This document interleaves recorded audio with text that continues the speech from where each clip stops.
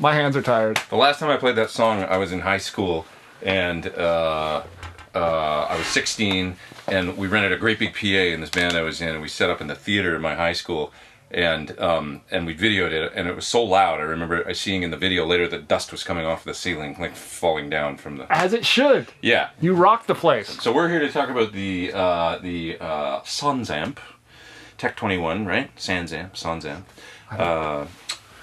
Tomato. The Geddy Lee. GED-2112, which is a bass preamp, and we got it, and it's super cool. It is. Yeah. It's awesome. I have one over at my place, and I've been twiddling around with it. It's really cool. It sounds really good. This is Jon Button, by the way. Oh, hi. And John's How are a you? friend of mine. Yeah, so Sheryl Crow, Shakira, Roger Daltrey, and some youngsters called The Who. Yeah, they're doing pretty well. I think they're kind of getting some things going on.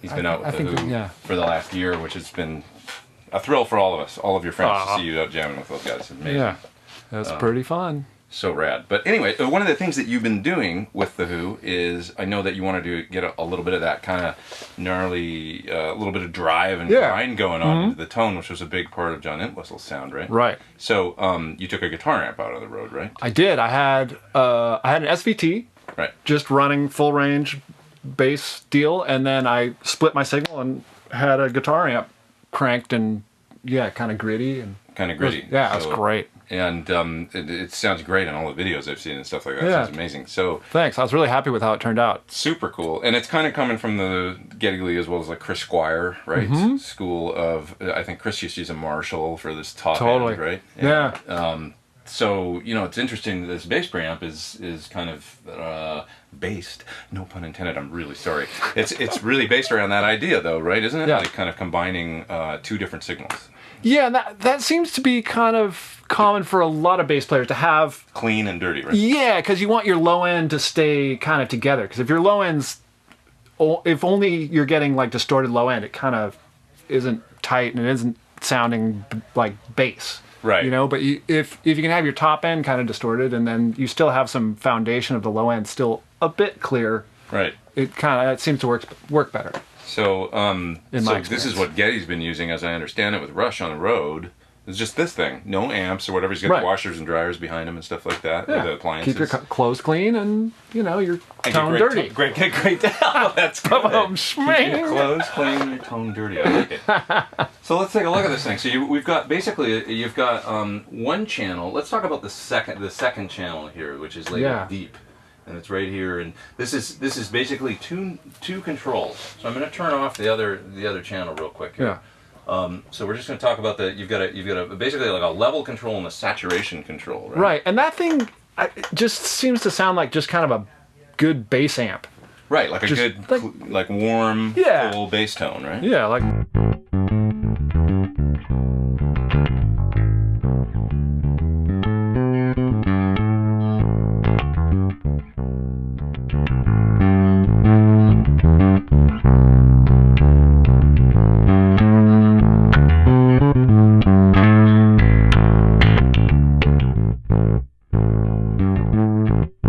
Yeah. Sounds just like a great amp, like really full. And so as I understand it, it's pre-EQ'd to Geddy's personal tone, right? What he thinks, and it sounds awesome. Yeah. So that's really cool.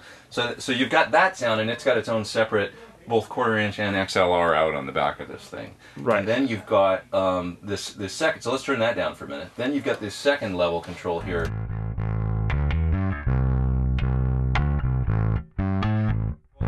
So on the second channel here, you've got basically an option to blend all the way from a DI sound through to a second kind of amp-like sound. So you can get DI or amp, and you can blend in distortion basically. And there's full EQ with like a treble bass and mid-range that's parametric. Right. So if you want to hear the DI? Yeah. So here's the straight DI bass signal, but the EQ stays active. Right. So okay.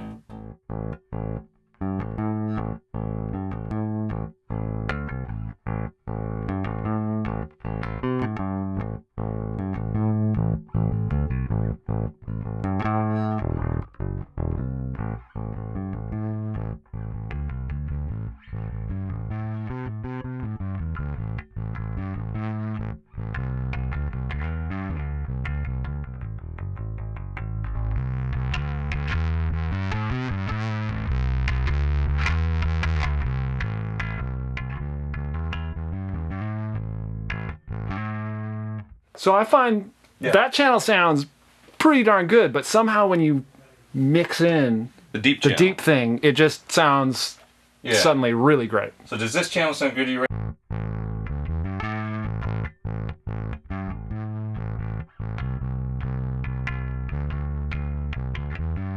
Yeah, it's pretty good rock bass. Let's hear it with the pick. Yeah, that sounds pretty good. Little bit of fuzz and grind on top, which is amazing in a track. Like you can hear that grind on top, but in a track that just disappears. Totally. It's like it gives you your sound definition. Actually, it makes it blend with guitars better, I find. Totally, yeah, it makes it blend into the track. Yeah. Yeah. So okay, so we got a cool kind of, and I've got the DI blended in at just like 25% right now. I got the blend almost all the way up. So let's turn up the deep channel now. All right.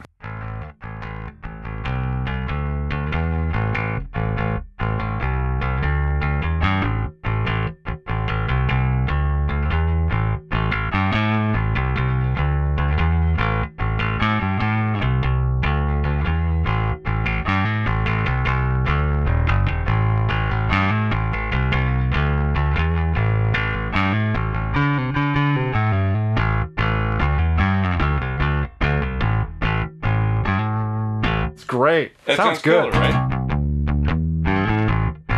Yeah. It's just like having I just want to great... keep playing. It sounds so good. I know, it really does sound great, and I'm really stoked on this thing because it's like I like, something I love in my studio is simplicity and like the shortest from point A to point B I can get as far as getting things done is the better. So right. The fact that I got this thing mounted in here, I can just plug into it. I can make a template in Logic where I've got 2 bass channels up, one with the deep sound and one with the amp sound, and just hit record and go, and there's an awesome and if you want to change something, you just go bloop instead of like, you know what I mean? Well, that's true too, using plugins and stuff, which I do sometimes, Totally. I've been using which are great, various plugins and stuff, but it's amazing having this thing with just the knobs right in front of you. So it's pretty cool. Yeah, you just plug in and go. I mean, I love this thing, but I mentioned to you, I think this thing would be amazing for sort of like the project studio, like music production person. Just need something to plug into and get a great bass sound. Anybody like that? I can think of somebody else. Oh, yeah. No, that's exactly so you just plug in and there you go, great bass sound, boom. Yeah, really straightforward. And yet, we're talking about Geddy Lee, who's one of the greatest rock bass players of all time, and he uses this as his main rig live, so it's something to be said for that. There's something to be said for that, too. So